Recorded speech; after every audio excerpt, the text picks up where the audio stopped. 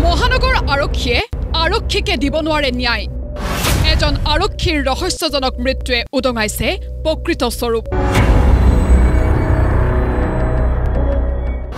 পৰিয়ালৰ লোকৰ থানাত ন্যায় বিচাৰি হাবাথুৰি জালুকবাৰী আৰক্ষী থানাৰ যানবাহন শাখাৰ হাবিলদাৰ খগেন বৰ্মনে ৰহস্যজনক পৰিস্থিতিত গীতানগৰৰ অম্বিকাগিৰি নগৰৰ ভাড়াঘৰত ফাঁচি লোৱা অৱস্থাত উদ্ধাৰ হৈছিল মৃতদেহ খগেন বৰ্মনৰ পৰিয়ালৰ দাবী পত্নীৰ আছে অবৈধ সম্পৰ্ক খগেন বৰ্মনে ঘৰ নিৰ্মাণৰ বাবে বেংকৰ পৰা ঋণ লোৱা 11 লাখ পত্নীয়ে দিছিল প্ৰেমিকক টকা দিয়াৰ তথ্য পোৱাৰ পিছতেই পত্নীৰ লগত হৈছিল কাজিয়া খগেন বৰ্মনৰ ভাতৃৰ অভিযোগ আত্মহত্যা নহয় হত্যা কৰা হৈছে তেখেতৰ পত্নী মামনি পাঠক আৰু তেখেতৰ অবৈধ প্ৰেমিক ফৰিদ আহমেদ তেখেতক মানে জড়িত আছে টকা পইচাৰ লেনদেন আছে আৰু মানে তেখেতৰ অবৈধ প্ৰেমিকৰ কাৰণে দাদাক এইটো মানে হত্যা কৰা বুলি মোৰ সন্দেহ হৈছে কি কৰিম কি নকৰিম এটা মই দুদিন থানাত জানাই আৰু তেখেতক ৰিকুৱেষ্ট কৰি কৈছোঁ আপোনালোকে এইটো সোনকাল কেছটো ৰেজিষ্টাৰ কৰক আমাক ন্যায় দিয়ক কিন্তু তেখেত মানে নিজৰ থানাৰ আসাম পুলিচত দাদাই কাম কৰে UP হাবিলদাৰ আছিল ট্ৰেফিকত তেখেত নিজৰে ব্ৰাঞ্চৰ নিজৰে সতীৰ্থ যদি তেখেত এই সতীৰ্থৰে যদি একো নকৰে আমাৰ নিচিনা মানুহ মানে পাব্লিক মানুহক তেখেত কি নিৰাপত্তা মোৰ বোধেৰে তেখেত কিবা মানে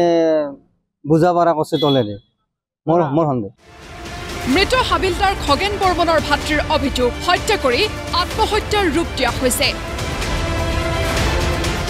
এই সম্পৰ্কত ভাতৃয়ে গীতানগৰ আৰক্ষী থানাত হত্যাকাণ্ডৰ সন্দেহত এজাহাৰ দাখিল কৰে যদিও আৰক্ষীয়ে ৰুজু নকৰিলে কোনো গোচৰ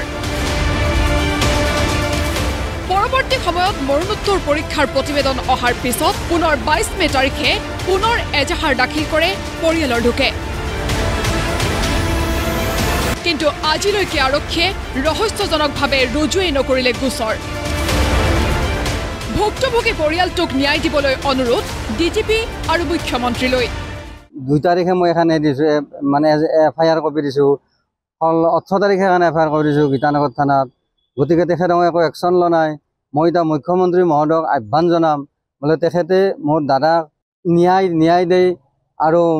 DGP ছাৰকো মই আহ্বান জনাম তেখেতে দাদাক যেন ন্যায় দেই এটোতো পূৰ্বৰ পৰিকল্পনা হত্যাকাণ্ড আছিল এই হত্যাকাণ্ডটো তাহোঁ কি আত্মহত্যা বুলি ৰূপ দিছে তাৰ কাৰণে DGP মহোদয় আৰু যে মুখ্যমন্ত্ৰী মহোদয়ক মই কাতৰ অনুৰোধ কৰিছোঁ এইটো যেন ন্যায় দিয়া এতিয়া প্ৰশ্ন হয় যদি আৰক্ষীৰ লোকৰ পৰিয়ালে ন্যায় বিচাৰি হাবাথুৰি খাব লগা হয় তেন্তে মহানগৰ আৰক্ষীয়ে আন লোকৰ ক্ষেত্ৰত কি ব্যৱস্থা ল'ব